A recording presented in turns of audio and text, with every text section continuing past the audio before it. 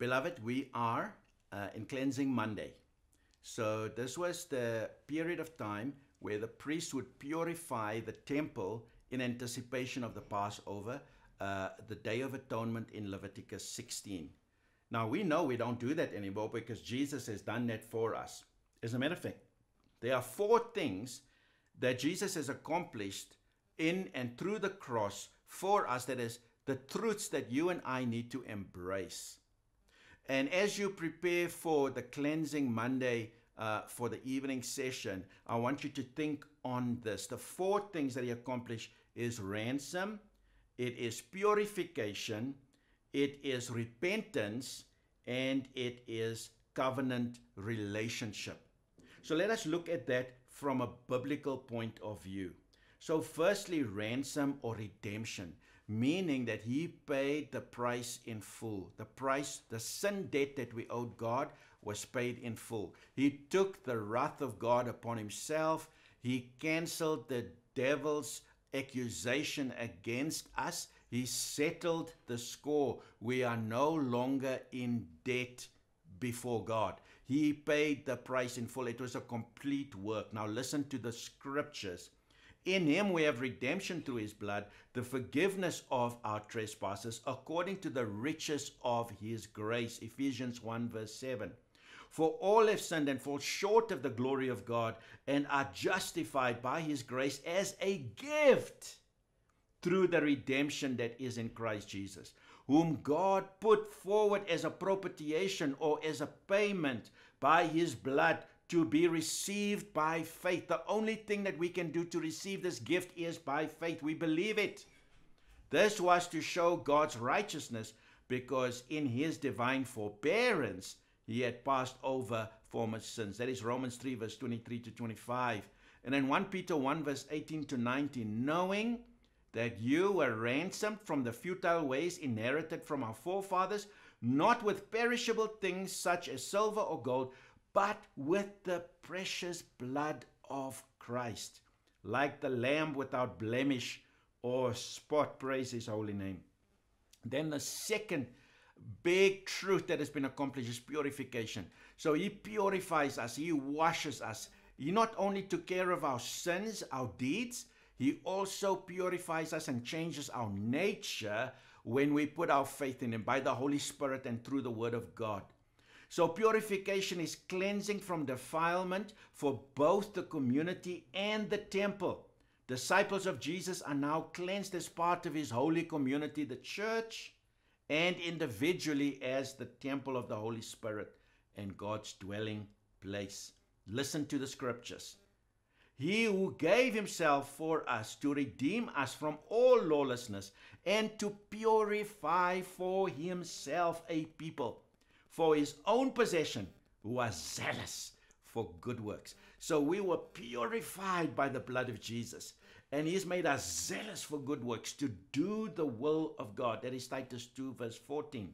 And in Hebrews 9 verse 14, how much more will the blood of Christ, who through the eternal Spirit offered himself without blemish to God, purify our conscience from dead works to serve the living God. So the blood of Christ washes our conscience from guilt, from shame, from fear, from rejection, from all those things that we usually suffer with. He purifies us, he cleanses our conscience. 1 John 1 verse 7, but if we walk in the light, as he is in the light, we have fellowship one with another, and the blood of Jesus his Son cleanses us from all sin. 1 Corinthians 3 verse 16 to 17. Do you not know that you are God's temple, and that God's Spirit dwells in you? If anyone destroys God's temple, God will destroy him. For God's temple is holy, and you are his temple. So our bodies is the temple of the Holy Spirit. God doesn't dwell in temples anymore, in buildings anymore, in bricks and mortar. He dwells in the bodies of his disciples and his followers.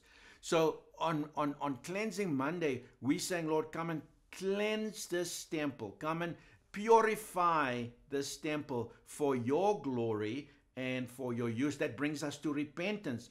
And repentance means to turn away from everything that is called sin, trespass, brokenness, and to turn to face God. So we face God, and as we face Him, we receive from Him the image that He has made us to be. Listen to the scripture. It says, for our sake, He made Him to be sin who knew no sin, so that in Him we might become the righteousness of God.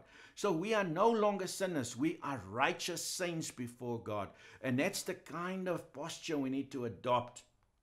He Himself bore our sins in His body on the tree, that we might die to sin and live to righteousness. We are no longer living that old life. We are now called to live in righteousness. By His wounds you have been healed. That is 1 Peter chapter 2, verse 24.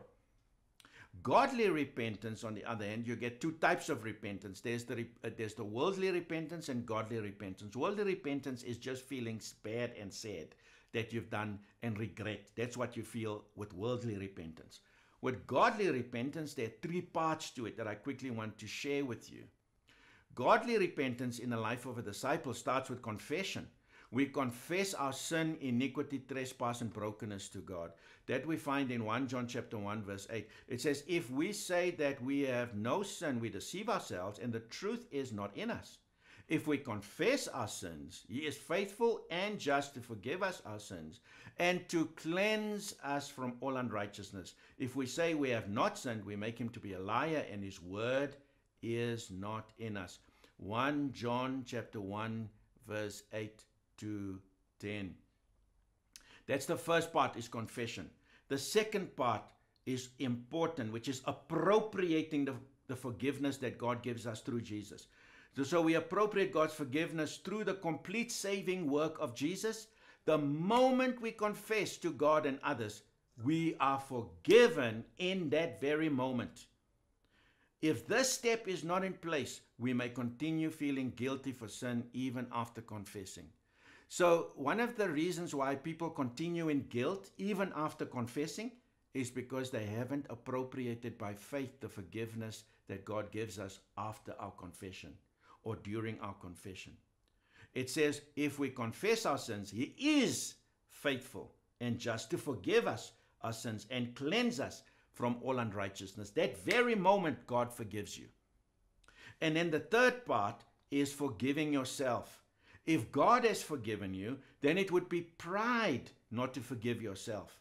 Self-forgiveness sets us free from regret, from self-blaming, and from self-condemnation, and flows out of the reality that God our Father has forgiven us. Listen to what the Word of God says in 1 John chapter 3, verse 19 to 21. By this we know that we are of the truth, and reassure our hearts before Him. For whenever our heart condemns us, when you condemn yourself, when you blame yourself, the scripture says, God is greater than our hearts. He is greater than our hearts. He knows everything. Beloved, if our hearts do not condemn us, we have confidence before God. So God wants us to stand in confidence before Him because He's forgiven us. And that is why it's important to confess, to appropriate God's forgiveness, to receive His forgiveness, and to forgive yourself. And then the fourth accomplishment of the cross is the covenant relationship. You and I are now in covenant relationship with God, which is a very intimate relationship because it means that the Holy Spirit has taken residence in our lives. Our bodies become His temple. Our mind, emotions, and so forth must be directed by the Holy Spirit, as it says in 1 Corinthians 3, verse 16 to 17. Do you not know that you are God's temple and that God's Spirit dwells in you? If anyone destroy God's temple, God will destroy him. For God's temple is holy, and you are that temple. So, beloved, we're going to do a practical exercise about cleansing and preparing ourselves for the purposes of God. So come and experience that moment. The Lord bless you in Jesus' name.